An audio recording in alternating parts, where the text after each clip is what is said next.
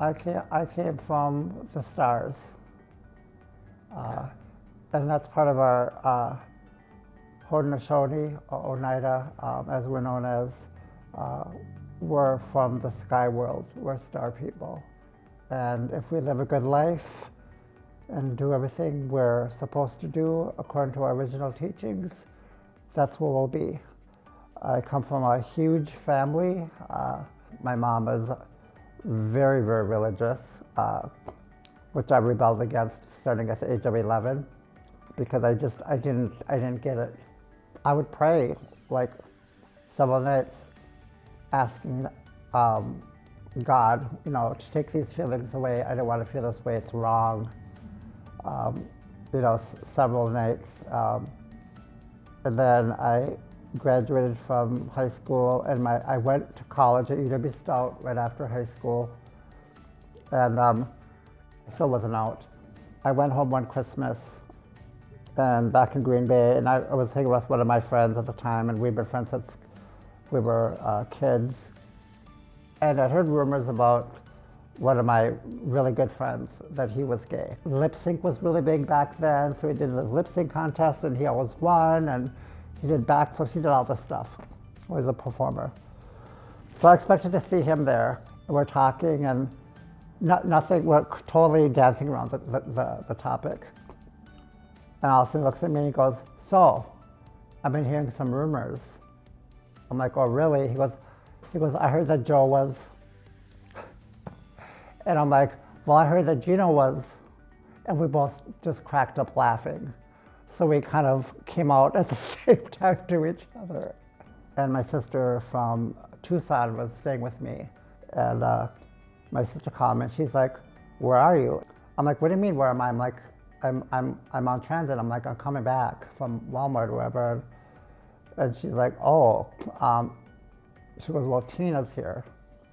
And which was Gino's older sister, one of his older sisters. She's like, "Gino wants to see you." And I tried making excuses not to go. And between her and my sister, I'm like, "Okay, I'll go." And on the way there, she just kept saying, "Oh," I said, "What's wrong with him?" And she goes, "Oh, well, he had kidney failure, but that's taken care of now. And he had pneumonia, but now he's better." Like all these things, and she wasn't saying it, and I wasn't asking. And that was really hard, because then he told me that he had AIDS, and he was dying. So he managed to hold on until his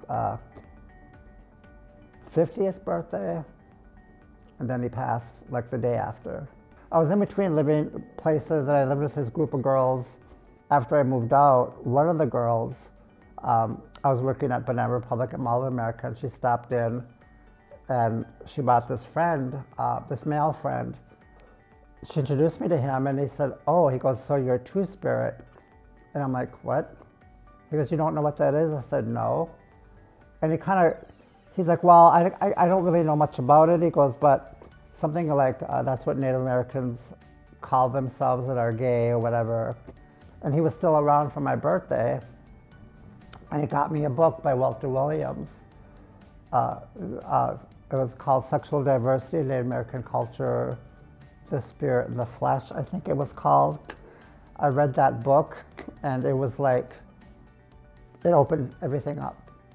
I'm like, I related to the book. I related to everything that it said in there. I'm like, that's me. We all have masculine and feminine qualities. And with Two-Spirit, it is said that we have so much of each. It's like walking a fine line. And that's why traditionally, historically, we're considered to be gifts from the Creator. When I read that book, because I'm like, well, why didn't I hear about this? Why don't a lot of natives talk about this? And our elders hid us underground for protection. But they hid us so well and for so long, and then what happened with the boarding schools and everything, and we lost our way of life, that we were forgotten. I'm living in an era where we are reclaiming a lot. Our language, our culture. Two-Spirit is part of that. but it's taking longer.